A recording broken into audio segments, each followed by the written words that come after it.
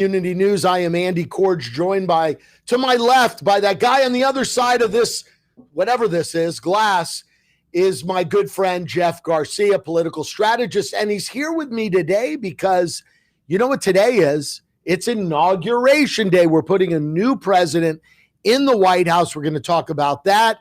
We have our good friend joining us in about 10 minutes, Martin Bermudez. You might know Martin. He is the king of Trump es un pingu memorabilia. He's been selling that all over South Florida. I think it's funny as heck.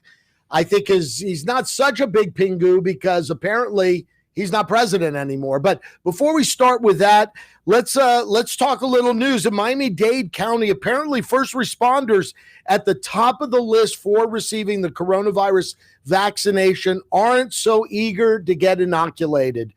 Less than a quarter of Miami-Dade County firefighters and EMS workers have gotten the vaccine. Only 5,300 of JMH's 13,000 workers vaccinated as well. They're not eager to get the vaccination. Let me ask you a question. Yeah. Is it that they're not eager or they're not available? No, they're available. And why are you sure they're available? Why are you staring at yourself? Exactly. I'm wondering. But no, he's just so enamored with himself. Are you sure they're available? They say in the news report. Who's they? In the news report that I read. Because on Sunday they said that 12,000 people would get inoculated at Baptist this week, and then I woke up this morning and I found out zero will. Well, I don't know about at Baptist, but I do know at Jackson Memorial we had Joe Ariola, former president of the Health Trust, with us last week. Can you look at me, please? I'm trying not to. the Health Trust. This is your punishment for being late today. I guess. And so, but he was telling us that no, the vaccines were available to all the workers, but apparently only 5,300 of them. Well, I know that. I mean, just by math, they're not available to all the workers. How's that? Because Jackson ran out last week for a period of time. Mount Sinai did. Baptist did this week. So by definition, they're not available to everybody because they're out. Like, meaning if these workers didn't want them, they'd be giving them to the public or somebody else. And then they ran out. So, well, you're shooting my news story to hell right here, but this is what is. No, I'm just trying to figure out where you got this news. I know a place called the Miami Herald, maybe. Okay. That might say it all, right? No, I'm not here to cast aspersions. You're not besmirching the Miami Herald today? As you were, sir. Continue your news. I know a lot of these items because I'm going to do this. There's some good ones here today. Crybaby and former meth addict Mike Lindell, owner of My Pillow, complained yesterday how Bed Bath & Beyond. Why'd you become a meth addict?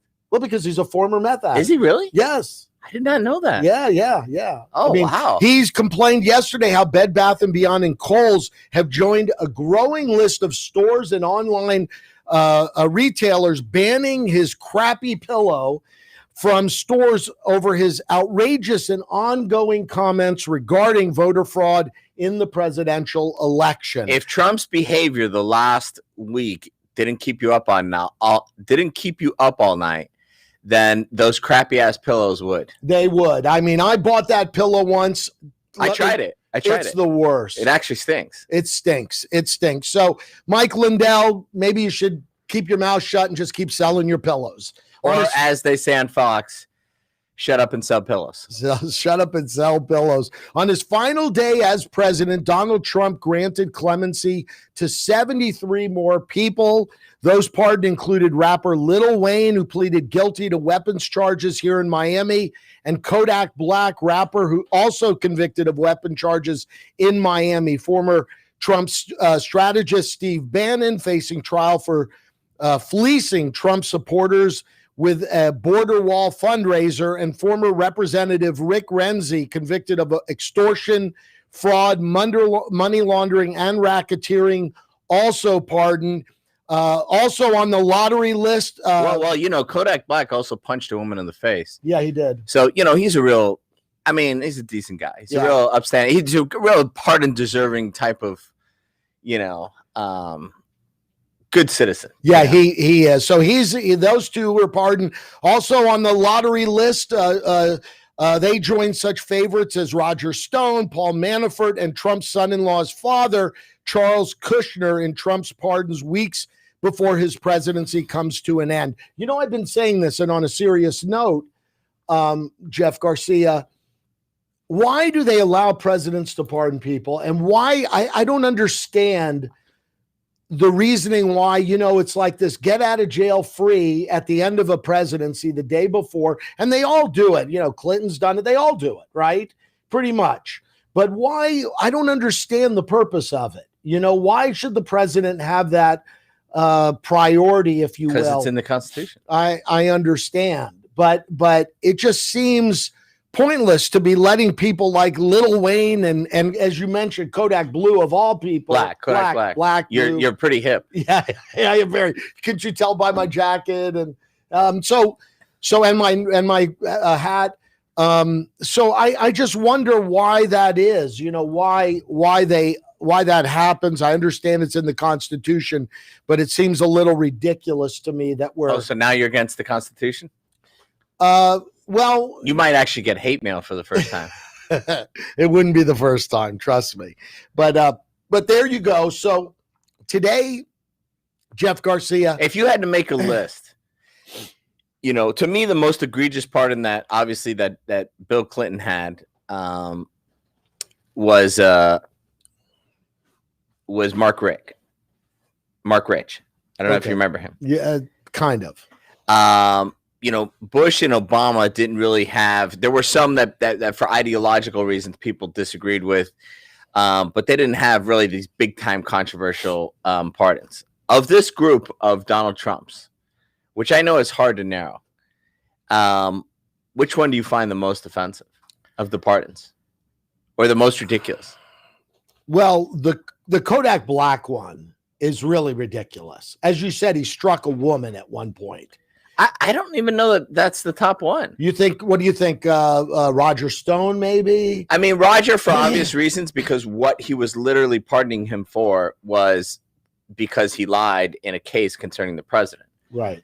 But I'd say one of the most ridiculous might be the Sheriff Arpaio one, which came early on in his presidency. Right. Because the Arizona sheriff. Yeah. Right. Because it was just so kooky. And you know, it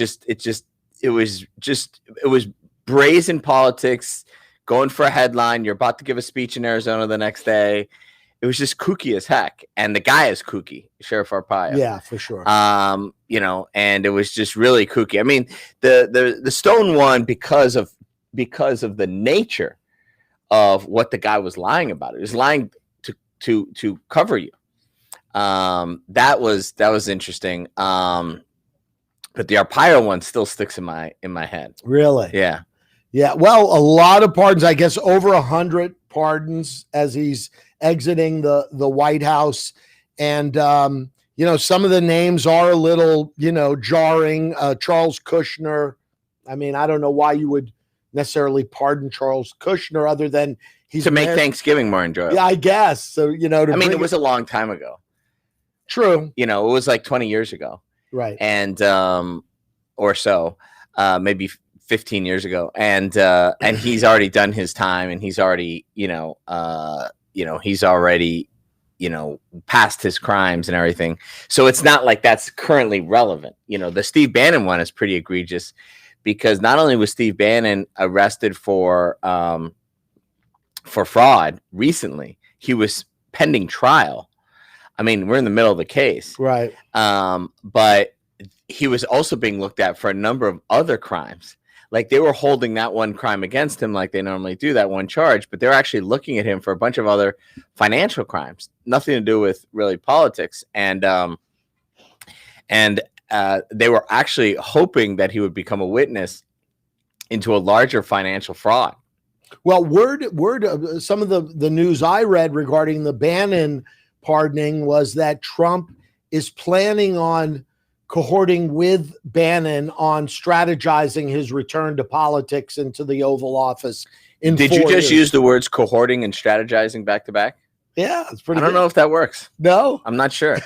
I mean, I'm gonna have to. I'll play this back and then I'll see if it works. But but that's part of the rumor. He wants Bannon by his side as he starts strategizing his road back to the Oval Office. So we'll see how that pans out. I suspect he's probably that's probably not going to happen after all that's occurred since November. I don't imagine we're going to see anything of Donald Trump in politics ever again. Let me ask you, what other breaking news do you have? That's it. This is pretty riveting. That was my news. This is really good stuff. That was my news of the day. This is stuff I have trouble getting elsewhere. And I can't believe that you guys didn't think that the 4 Blackwater security guards that were in that mass shooting that murdered 14 Iraqi civilians, they got pardoned. Yeah. But see, those are the kind, that's a you bring up a good point, but those are the kind of pardons that you look more to ideology, right? Even though you're placating the base and everything else, where you say, look, I have a philosophy that is, if people are overseas and they're in some kind of quasi defense of the country, George Bush had had one where they, he let if you remember, they weren't called ICE back then or whatever they were called, but the 2 border officers had shot a guy who was fleeing. They actually shot and killed him in the back. But the idea is that they were in the course of their job, right? And so, there are merits to that. But if you remember, George W. Bush refused to pardon Scooter Libby. And it was the source of real contention and then a frosty relationship between then Vice President Dick Cheney and W. It caused them to be on the outs for several years. I think the only thing that brought them back together was Trump. But just really kind of crass pardons. Again, like the one Clinton had for Mark Ridge, which he probably did because he was sleeping with his wife. Which is a curious reason I always say that's a curious reason to pardon somebody. I don't know about you. I mean, I would have, if I'm sleeping with his wife, I don't want him to come out of jail. Why would you want the guy to be free? Right, exactly. I mean, that's why I say it's a curious, maybe he wanted to break up and that's the way you do it is you pardon the wife and you say, I got to go. I'm sorry. This ain't going to work anymore. He's back, Sounds like you have some experience with pardon power? No, I have none. Zero. Well, Andy, thank you for all this news that would take us at least 3 or 4 minutes to Google and get. Yes. I mean, this is riveting. Well, this is good stuff. That's why I'm here. Yeah, that's why I'm here. But speaking of being here, we've got one. Martin, first of all, before we bring your guest on, sure. Today is Inauguration Day. It is, and in America, we celebrate I've celebrated Inauguration Day for both parties. I've been to both inaugurations, and whether it's worked out for me or it hasn't, I pride myself, and I like 2 inaugurations. You said no. I've been to numerous inaugurations for both parties. Oh, okay. And because I think that whether your side has won or lost, it's a great testament to the peaceful transfer of power, which very few countries have been able to sustain for a long period of time. And it is the ultimate test of our democracy. When one person leaves the office and somebody else who may be diametrically opposed in their positions and views takes the office, whether it's from Obama to Trump or from Trump to Biden. And so I celebrate Inauguration Day. I've been to inaugurations for people I didn't vote for, and because I think it's a tremendous celebration of our democracy, and in that spirit. And before we have our guest on, before you do that, so you celebrate. That sounds good. Well, how do you celebrate? Maybe with an adult beverage or 2? Yeah, and so I wanted you to be able to join me. And in a very 2020 gift-giving way, I've brought you some 2020 gifts to celebrate today. Yeah. Are you serious? Hand sanitizer. Oh, well, here we go. For those, where do I aim this over to this get it on way? TV? That camera there. It's some Biden-Harris hand sanitizer. Wow, I love because we're still in a pandemic. Look at that. And then I'm gonna put some on right now. A special brew here. Yeah. Okay, a special brew here of doesn't work. Blueberry vodka, right? If Trump had won, they had raspberry vodka. If Trump had won, so they have blueberry vodka, right? And it's pretty funny. It says "Bleeding Heart Blueberry vodka. So that's for you, Andy. Oh my God. And how did you know I drink vodka? Your candidate may be flavorless, but your booze doesn't have to be. This election season upset at least one person from each party at your next party. This is best served with Kofefe and alternative facts. So here you go. Oh, some blueberry vodka. If Trump won, it would have been racist raspberry. It was just called raspberry, but touche. You know what? Maybe Tommy, on our next show, we're doing a show with Brett Romberg here in about an hour. Maybe you and Brett could try the blueberry vodka. Yeah, I think maybe Brett and I should. I'm going to put that over there so people can see it. Maybe Brett and I could, taste that blueberry vodka, a couple shots in the morning, warm us up. But I wanted to give you those gifts because it's a good segue to your next guest, who has political gifts as well, political tchotchkes as well. He does. So let's bring him in, Martin Bermudez. There he is, the man, looking snappy in that blue Look at that jacket blazer today. Yeah. Wow, you just classed up the whole set. Exactly. Martin, how are you, buddy? Good to see you. I'm doing well, you guys. Happy New Year. Happy New Year. And I want some vodka too, Jeff. You what? I want some vodka too. Come on, man. I mean, I have 4 or 5 in my trunk. If you were here, I'd give you one. Vodka's nonpartisan, so exactly. I think we agree on that, no? It isn't. And you might notice, I mean, I love the way all the caricatures of Biden with the white hair and the shiny white teeth. If his teeth are 9 feet tall. I know. He's got like big white teeth. Well, you always, whenever anybody gets elected president, Martin, you know this, the caricatures are pretty funny because they take the smallest thing, right?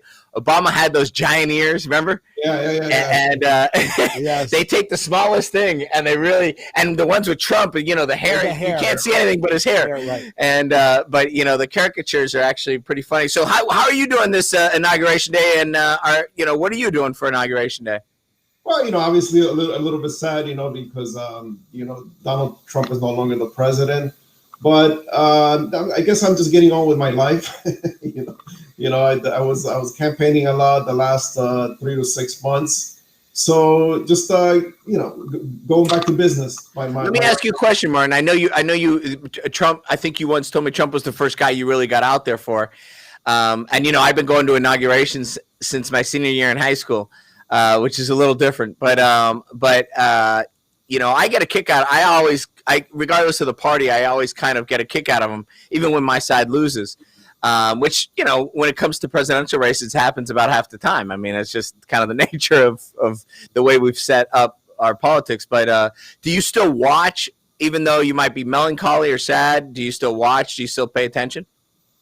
No, I do agree with you that, that we must celebrate, our democracy, whether you lost or win, you should at least watch and see what's going on. Obviously the Democrats are going to be in charge, and we as Americans as a whole hope that they do the right thing, for the whole country. Absolutely. So we're not wishing anything bad on anybody. Absolutely. It's funny because last inauguration, Martin, I told a bunch of friends of mine, almost threw tomatoes at me because I said, listen, I have this hope. I swear to God, it was on inauguration day before the speech. I said, I have this hope. This guy's he won. I said, and Trump won, and he's gonna pull this jujitsu. I said, because he used to be a Democrat back in the day. I said, right. And he's gonna pull this jujitsu where he says, I'm bringing in, this guy and this one and and he's gonna just pull this massive maneuver where he brings everybody in. My friends looked at me and they said, what are you, some kind of naive, what is this, your first day? And I said, no, I like to be on inauguration day. I like to always say that I start with a clean slate, right? And then, I'll get disappointed from there. But even my own president, by the way, even the guys I've worked for have disappointed me. But, it's not just the other party. Sometimes I say, why the hell did I bust my ass for that guy? But, but it's listen, I'm happy that you still celebrate it. I know that we have a lot of fun and we also work hard in politics, but we have, we both, I know, have an appreciation for the country, Martin. Okay. And let me ask you, though, on a serious note, what are you doing with all this inventory? You got all this inventory, man. What happens? The hats they're still selling. I lowered the price. Obviously, they're lower the price, but they're still selling. And a lot of people are wearing them. Actually, are you breaking even at least now? Are you breaking even still on the price? Oh yeah, of course. Okay, go, because you said you lowered it. I was worried. I was worried maybe you weren't. No. I mean, if anything, I'm going to break even, but I don't think so. I did make a profit. No, good for you. I'm sure you did. I'm wondering what was the impetus? What is this something that you thought up, or what was the impetus in this? Because when you walked into the studio at 1210 The Man and I saw this, I thought it was one of the funniest things I'd ever seen. And some people tell me, I'm a Democrat. Some consider me more of a liberal Democrat, but I just thought it was funny. And sometimes I think we've got to have a little fun with it all, as opposed to taking everything so serious. What was the impetus in this? How did it all come about? Well, I've been here since 1981, lived in Miami most of my life, a lot of Cuban friends, and the word pingu, it's a little bit derogatory, but it's never used in that sense, the real word, and you guys know what it is. It's always been like, the guy's a badass, It means badass. Right. The colloquialism is badass. Right. It's a badass. So, listening to, and I wanted to do something, one of the great things that our President Trump created was this economy on people making shirts and hats. If you ever went to his rally outside, it looked like a flea market because it'd be tents, a lot of tents out there, people selling. And you had guys like on bicycles, when you go to the football games, they're selling hats, riding in the bicycle, they were out there and they were selling. It was something great to see, because people were making money, people were making a living. But so I always wanted to do something like that. So there's this personality on, his name is Old Track. He lives in Kentucky. He's a Cuban American. What's his name? Old Track DJ. Old Track. Okay. Yeah, I'll text it to you. I'll send you his information. He has a big following. He has like really, really huge following. I mean, he gets like 70,000 views on his videos. So one day, he's big in Lexington. No. Well, on the internet, because the interwebs. That goes everywhere. Yeah. So he had a caller, and the caller told him that Trump was a racist. So he got really upset, and he just went off on him. And he said, just tell me one action that he's done racist. But anyways, throughout his whole rant, he said, Trump es un pingu. And then I was like, it just hit me right there. It's like, you know what? I'm going to make that hat. And that's how it came about. And then it went viral on me, So I was selling a lot of hats. So it was great. It was a great ride.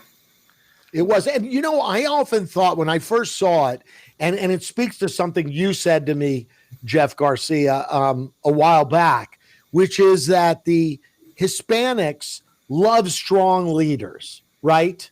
And that sort of talks to that, right? I mean, I'm not an expert in, Spanish linguistics, but I mean, is that what that sort of says? First of all, I would say the fact that you go to bed every night with a Cuban woman, that your expertise in Cubanism. Well, not every night, but most nights that she doesn't make you sleep on the couch. Exactly. Right.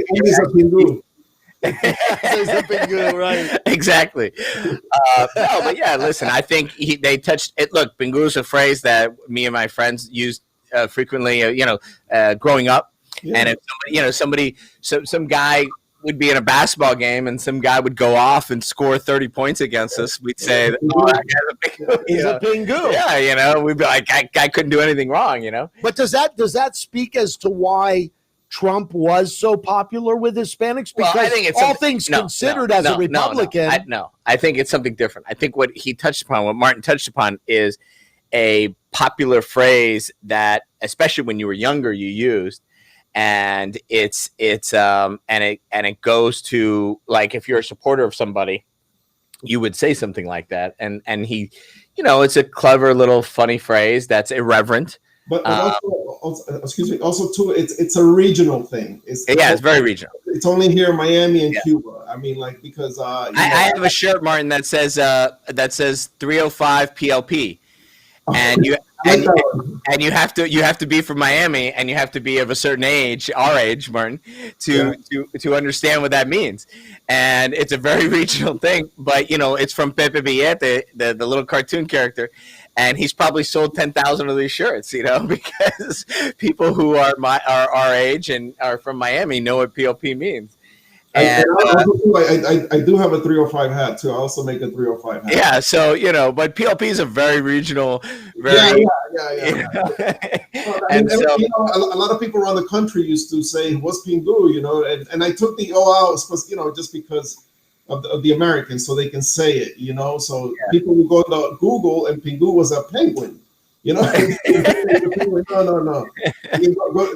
put the O, and then you had to go to the Urban Dictionary. And in the Urban Dictionary, you had to go to L Urban Dictionary. You had to go to L Urban Dictionary. L Urban Dictionary. No, but it says it on there. Pingu, it says that. Oh, that guy's a badass.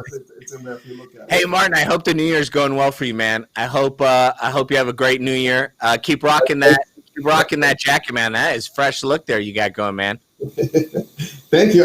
Hey, man, listen. I'm living the American dream. I'm an immigrant. I'm a veteran, and I love this country, and I want everything, the same opportunities I had for me, my children, your grandchildren, and then hopefully we can work for that. You got it, man. That's awesome. And I'm sure you want to see that without any of the nonsense we saw 2 weeks ago occur at the U.S. Capitol, right? Right. There was just a couple hundred bad actors, but my fear is that they're putting it on everybody, on the 74 million people. I was there at the Capitol. I went there, and I can tell you there must have been over 250,000 people. You can barely walk. So like I said, it was a few bad actors. Your decisions, your actions have consequences. If you decided to go in, that's you're gonna have consequences. But I was there, and I just don't like how the Democrat Party right now is demonizing us, and they're even talking about the radicalization programs. I mean, to me, that's fascism. I mean, that's stuff that happens in Venezuela. So I hope we can quell down this noise. I mean, I don't know what happened there. Maybe some people got emotions in there. Not in my wildest dreams would I have ever gone in there, even if a senator was telling me to come in. I would have never gone in there. In fact, I left. I left as soon as I saw that there wasn't that many Capitol Police. I've been to Capitol Hill many times, and on a normal day, I've seen more security than I saw that day. I don't know why. I don't know if it's a conspiracy, but that's what I saw. I've lived through a civil war. I'm a veteran, so that whatever sixth sense that I had that day, I said, you know what? I left. Yeah, but see, that's Martin. That's the difference. That's what and all you need. And the truth is, if you have a huge ass crowd, all you need is 1,000 of the 100,000 people, which is a fraction, right, to have a bad agenda. Which I think they found out now that actually some of them went down there already with that bad intention. Which doesn't surprise me. I mean, it doesn't surprise you. It happens. Like a football game. You win the championship. 100 guys loot. Exactly. But I'll tell you though, the really bad intentions of some smaller groups, even inside the group that went in, right? Because probably half the people that went in thought it was funny. But when I heard the people chanting to hang Mike Pence, I was like, what the actual nuts is going on here? And you've probably seen the video. They're actually chanting, "Hang Mike Pence," and I'm like, are you kidding me? Like, in my wildest dream. I think we both have the same problems. I mean, you saw with President like Kathy Griffin, with the head like that. I mean, she's one jackass. Yeah. I mean, I think we need to stop. But the guy was in the building that they were chanting "hang." No, he was actually in that building. No, I know, but you also have the the DC riots when they almost try to break into the White House. I have a friend that's a Secret Service agent that was there that night in the White House, and this is exactly what he said. Man, let me tell you something. It got real. Yeah, I thought they were coming in, and you know they didn't. President Trump didn't go down there because he's a coward or he was scared, but that was a Secret Service telling him that he needed to go out there, and I can vouch for that because my friend was there that night. And he said that, I mean, and nothing happened. Nothing happened. There was no investigation for those people. You know, they burned the church. There was graffiti all over the place. I mean, I equate it to the same thing as that happened, you know. So I just want equal accountability on both sides, not just on our side, you know. So I think we have a big problem. It's not just us, but it's also on the left too. And listen, I get that. I think the startling part was these were people that a week before would have said Mike Pence was great. That's the part that's nuts. Well, you also too you have some provocateurs that were there from the left too. You know, like John Sullivan. That's all been. And in all fairness, that's all. It has been proven that there was no involvement by the left. The FBI has said it. He got arrested. No. There was no involvement on the left. That has been completely refuted. No, but he got arrested by the FBI. No, I understand that because one or two are there filming, trying to get people in trouble. They're trying to show them on TV, getting acting fools, and then get them in trouble. The same way that's saying that the guy from Project Veritas. It was part. It would be like if I said he was part of Acorn because he was in the Acorn office filming them, trying to get them in trouble. He wasn't part of Acorn. He was in the Acorn office trying to get them in trouble. You know, I mean, there's a big difference between that. There was nothing to do with the left. Was not part of that particular event. They've been, by the way, they've been part of plenty of other stupid ass events. Not that one. I mean, you know, they're responsible for ruining Portland, Oregon. That's for certain. But you know, not part of that particular event. But the part that blows my mind is that a week before or 2 weeks before, these same people would have said that Mike Pence was great. And what happened in between that one? 2 weeks before, where they would have said the guy was great. They would have gone to a rally for him. No, but again, you're talking about a couple hundred people as opposed to 250,000. I mean, if we all would have rushed in, no, of course. But what I'm saying is the sentiment among the crowd that Mike Pence, not that he should be hanged. No, not that he should be hanged, but that he's somehow a bad person. That's another thing. A lot of people were telling that they were trying to hold back a lot of people. There was fights that they had against Antifa. Some of the Antifa guys that were there. Also, too, there were a lot of people praying outside. But let me ask you. But I think what I'm trying to ask you is, in that crowd, since you were there, was the sentiment that Mike Pence is some kind of no, it was peaceful. It was loving. It was a great event. I was disheartened that it happened, because as soon as I got there, I saw, I saw some people trying to get in, and they were fighting with some of the Capitol Police. But I can tell you this, that I've been there plenty of times, and there were literally, I counted less than 10 Capitol Police on that end of the Capitol. And as I was leaving, 12 officers were coming in. There were riot police, and I said, "This is a joke." I said, "I'm getting out of here. Something's going to happen. Something bad's about to happen here," because there was no reinforcements coming in. I'm estimating that I got there 45 minutes, when things had gotten started, and I'm like 12 riot police. I actually laughed. I was like, they would have more security in a country like Haiti or El Salvador than they had there. So, they said it. They said it. There wasn't enough Capitol Police there. Of course not. No, there was a tremendous security failure. I mean, tremendous. Yeah. And now that you see the reports of who said what to who, clearly there were people and they've actually resigned already, a bunch of them, because they realized that they screwed up so bad. But I mean, they gave the reports to the sergeant of arms, and they basically wiped their ass with it.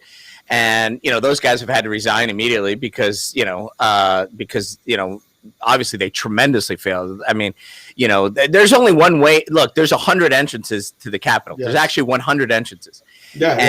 And there's, you know, and the only way to do it is to shut the place down. I mean, you could just have to shut 99 of the entrances and then put, you know, a massive security force, you know, right around the central building. But, you know, look, I worked on Capitol Hill for off and on for 6 years, and people don't realize it's actually quite porous. You know, it's actually, I mean, when any set of buildings that has 100 entrances is quite, you know, is a vulnerable building. I always used to say to people, at let's say I would enter on Cannon. You know, I used to enter commonly on the corner of Cannon, and I'd always laugh and I'd say, "There's 2 guards here." You know, like if me and 3 friends actually wanted to push past them, you know, we actually, I mean, we wouldn't do that because we'd end up in jail. But you know, if you really, they broke into Pelosi's office. I think some Democrats a couple of years ago with AOC, and nothing happened to them. Well, they didn't break it. They walked right in. Yeah. They walked right in. And listen, I mean, I was, the first time I went there, I couldn't believe, because it's the people's house. You know, anybody can go in there. Obviously, you're going to go through security.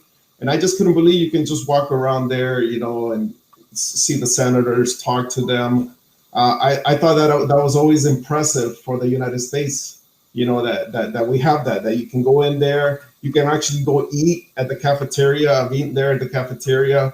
You know, I've gone to visit Rick Scott's office. You know, just down the road is Barack Obama's senator when he was a senator. His office, you know, they have a plate there. So I thought it was pretty cool. You know, people have the flags out there. You know, the LGBT flags out there. There's 300 of them. Hello? You know, and they're okay. Yeah, and then also too, we got lost, and I ended up at AOC's office, so I ended up putting a little post-it note there. You know.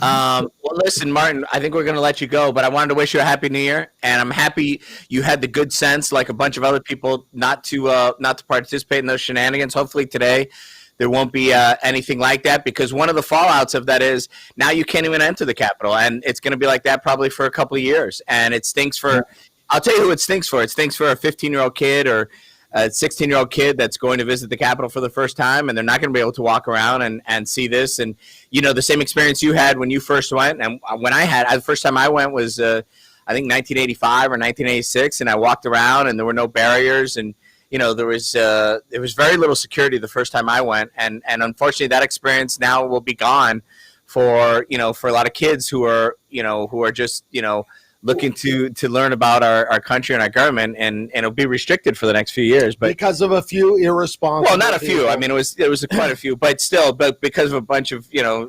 Well, the scheme of things, a few. Okay. And yes, but in the scheme of things, it only takes a small number. You know, yes. It's a security issue. I mean, they should have had the National Guard the day before. Of course. I mean, but that's America. You know, we tend to do those. You know, we tend to learn after the fact. Yeah, exactly. So yeah, listen, tell Biden to bring us together. You know, tell him not to. Well, I think his intention is to be unifying, if you've heard his words. Now, that doesn't mean it'll work out. That doesn't mean that they'll carry it out. But I think his intent, going in is to be, if you've heard his comments, he's been pretty tamped down, yes. As far as partisan goes. For sure. Well, not I mean, like I said, not what you're hearing in the news. I mean, because you got senators talking about, you know, white people are the problem, which, you know, they're hypocritical because, you know, AOC's boyfriend is white. Listen, this fascination with AOC is fascinating because she's actually a nobody in Congress. Exactly. I don't think so. I think she's more powerful than what people think. The squad. Well, Omar is married to he's white too. He's Jewish. But again, I mean, listen. I know what you guys are saying, but I'm listening to something different. I mean, I you know. And by the way, and none of those people supported Biden. Right, exactly. But right now it's like sore winners. I mean, like they want to, like I said, because of that happened, they want to humiliate us, you know, degrade us, And that's Listen, what I have not heard that from Biden at all, and I don't think you've heard that from Biden at all. Biden well, has right not now been they're calling for a 9/11 commission to what happened on that day at the Capitol. You know, I mean, no matter what, it was peaceful. There wasn't no weapons or anything like that. I mean, you have guards telling them to come in. I mean, it's all. Well, I think that's part of the 9/11 commission style. I think is to find out where the failure was in the breakdown of security. I mean, that's the number one thing. I mean, the number one thing is kind of like 9/11. Like, where was the failure in intelligence? You know, not that there's some big conspiracy theory. I know, but they're calling this our 9/11. I mean, like I said, you have guards telling people to come in. I think unfortunately, look, I know you're down about the election results, but I've not heard anything but positivity from Joe Biden. You can point at AOC or the squad of these people. They're about as relevant as Steve King was. Steve King, remember him? They're about as relevant as Steve King. Here's the thing. He was talking about masks, and he was telling us, you know, how it became a partisan issue. And then all of a sudden he decides to start criticizing some of the Republican senators that were inside of the chamber, you know, when it was being breached, how this Democrat senator was passing around masks and the Republicans, you know, opted not to get the mask. And I'm like, you know, if the Capitol was being breached, the last thing I'm going to be thinking about is putting a mask on my face. You know, I'm saying he starts off his always, I want to unify, but at the end, he just goes off the rails, you know? So, you know, also too, something that this should concern you guys too. They're vetting the military. How do you vet the military? You know, I mean, this is stuff that happens in Venezuela and Cuba. So that's what I'm saying. I mean, let's be careful where we're heading here. You know that you know that we actually have a policy of vetting military, Secret Service, police. Of course. We often look the other way in times of need because we get a little bit desperate. But it is actually the exact same vetting that they do when they come in the beginning, and they're re-vetting them. And yeah, I think if you are moonlighting on the side as a white nationalist, or if you're moonlighting with a militia group, that's cause for concern. If you are holding a gun in the name of your country, well, I mean, shouldn't we be betting if you're part of BLM or Antifa too? I mean. It should be outside because yes, but absolutely, and they're looking to see any groups that they're part of. The problem is that, and you know this. I know it's cute to say BLM and Antifa, but the truth is those kind of people aren't in the military. They're just not in the military. Well, we thought terrorists were not in the military. Some of them have. I know, and we screwed up, and we should have been vetting them better. We learned, you know, and we screwed up with the guy in Texas where we had a terrorist, you know, on an army base, and he ended up, you know, killing other people. Right. And we screwed up where we had the guy training in Pensacola, where we let him on the base, and we should have screened that guy better. Right. You know, but. I think routine screenings, especially when they find that, you know, they've arrested already a handful of military folks who breached the Capitol on January 6th. Some of them former. I'm mixing the two, but they've already arrested a handful of them. And so I think that, you know, it was cause for, hey, let's take another look at again. It's after the fact. They should be doing this shit, you know, before the fact, and the security should be better to start with. And, you know, we should have killed Osama bin Laden before 9/11. I mean, you know, these are all shoulda, woulda, couldas, you know, that I think everybody can agree on, you know. It's easy. Listen, it's easy to Monday morning quarterback on all this stuff. But the fact of the matter is today is the peaceful transition of power in our government. It's time we should celebrate, and I'm sure our good friend Martin Bermudez is going to be celebrating. He's going to keep rocking that beautiful jacket. Yes. Guys, give me some wine. Give me some of that vodka so I can feel better. If you were here, I'd get you some. They have a Trump version too, by the way. Hey, listen, no. All jokes aside, I mean, listen. You know what we haven't been doing, and not just the last 4 years.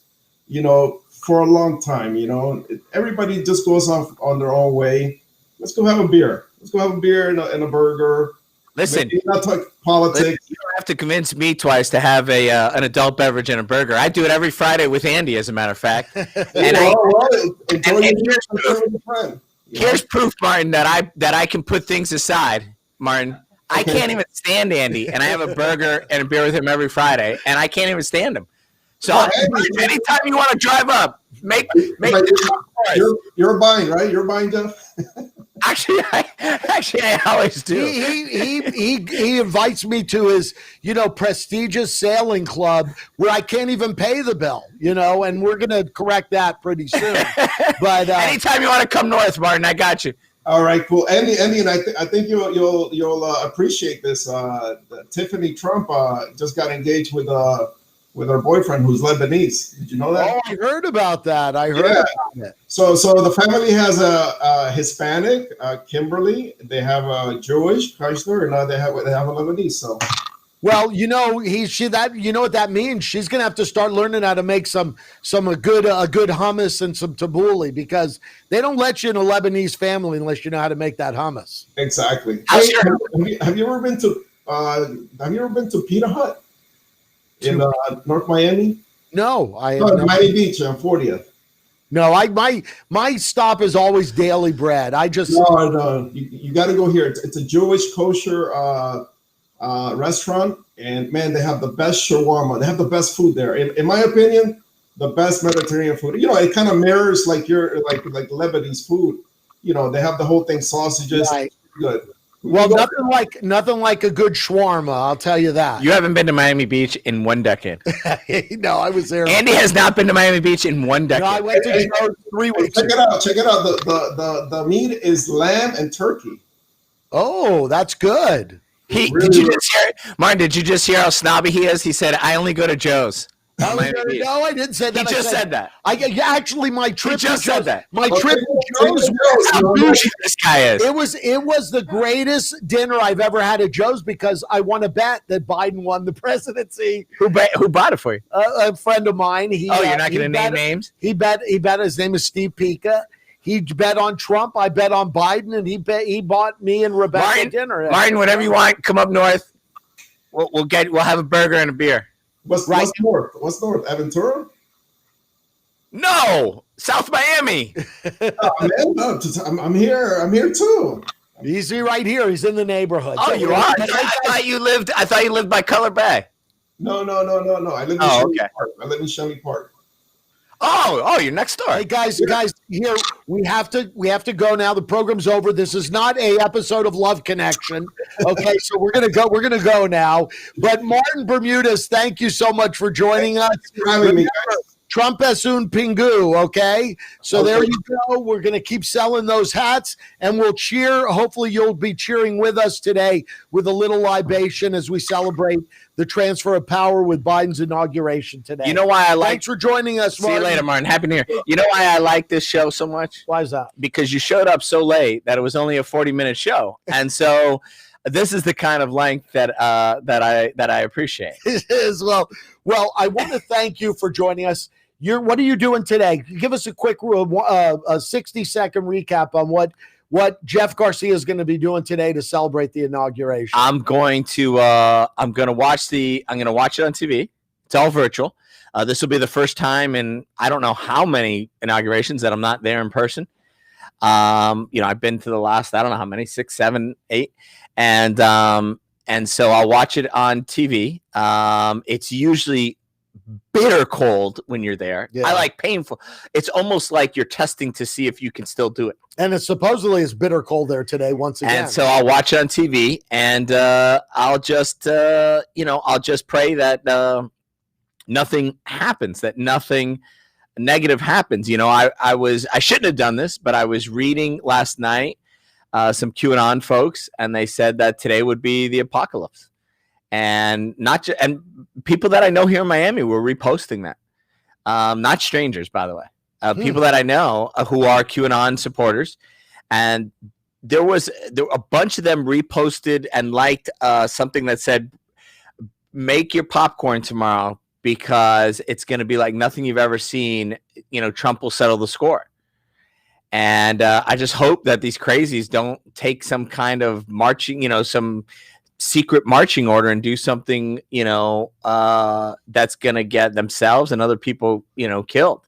Well, from your mouth to God's ears, that's something we absolutely don't want to see. Thanks for joining us today. Do what we're going to be doing. Celebrate the inauguration. And I'll drink at home. Yeah. Like I normally do. Yeah, like you do every With night. my cat. My cat jumps up on my lap, and my wife, keeps bringing me ice. It's a real simple formula. Wow, I want to be in that household. Sounds pretty good. It sounds exciting, doesn't it? Sounds exciting. You got pussy jumping on your lap and drinks being brought to you. So I don't mind that at all. But today's our. You enjoy your blueberry vodka. I will. Thank you so much.